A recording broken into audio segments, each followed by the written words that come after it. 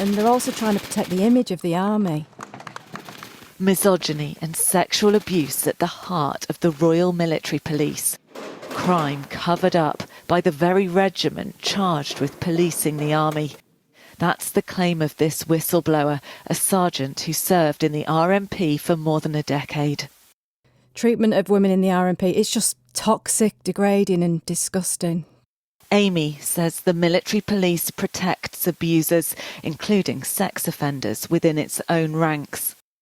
Sexual assault and bullying and rapes are going on within the military police. How can they then go out and investigate the wider army if you're doing the same thing? It doesn't work. She says she not only witnessed abuse but was a target, assaulted by a staff sergeant, one of the highest-ranking soldiers in her unit. He preyed on the young, new females that were in the unit. And one day I was out with my friends in town and he was on patrol. Two of us went over to speak to him. And he hooked his finger around my top and pulled my boob out. And then he grabbed my hand and put it on his penis. She says it followed months of harassment and she wasn't alone. More than a dozen women reported him. So this was a criminal investigation where the Royal Military Police were investigating one of their own. What was the outcome? They basically told me he's not going to be charged, but he will be leaving the military. Doing him a favour because he's not going to lose his pension and whatever else he would have lost with a dishonourable discharge. They made him resign, basically, so he's left without a criminal record. And, she claims, there are other men in the RMP who've been accused of sexual offences. I've known of rapes within the RMP. I've known of 5 off the top of my head. 5 rapes? 5, yeah. Her decision to speak to Sky News gives a rare insight into the Royal Military Police and a culture that she blames for the failure to bring army sex offenders to justice.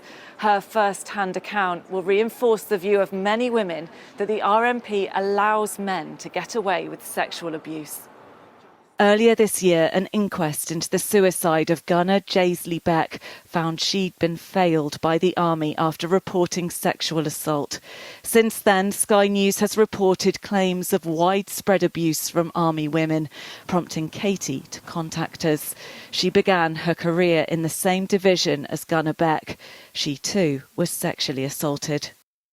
I went in to help fix some of the equipment and there was a crew of 5 or 6 men in there, and then from behind I was grabbed, dry humped.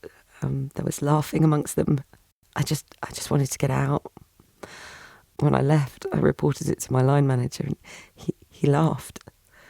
And then he sort of scruffled my hair in a way of quietening me down to brush it off. She moved to a different unit, but found wherever she went, abuse was rife.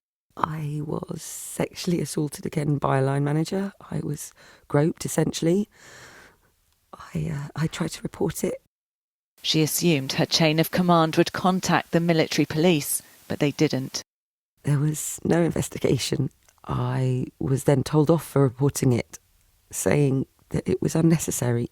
I remember at the time saying I'd like to call the civilian police, and I was told that I wasn't allowed to do that and I'd be disciplined if I tried to do that. So I was so frightened. Despite everything, she went on to serve for 20 years, fought in Afghanistan and rose to the rank of captain. I kept this goal in my head of reaching a position one day where I could help other women. When I got there, actually, I realised the officer corps were actually the worst perpetrators of all because they brushed it under the carpet. A Ministry of Defence spokesperson told Sky News that unacceptable and criminal behaviour has absolutely no place in our armed forces. Since Gunner Beck's death, the government has announced a new tri-service complaints team, taking the most serious complaints out of the chain of single service command. Amy says it's not enough. So how do you think investigations into sexual assault and harassment in the military should be handled? Completely separate from the military. You can't have people investigating the mates. It doesn't work like that. That's how people are getting away with stuff and then they're able to do it again. She's backed by the Labour chair of the influential Defence Select Committee, who's adding to calls for investigations to be removed from the military altogether. If those brave service women who are putting themselves forward If they don't feel that the system is right, we then need to listen to them and take action accordingly. Do you think investigations into sexual offences should be taken away from the Royal Military Police?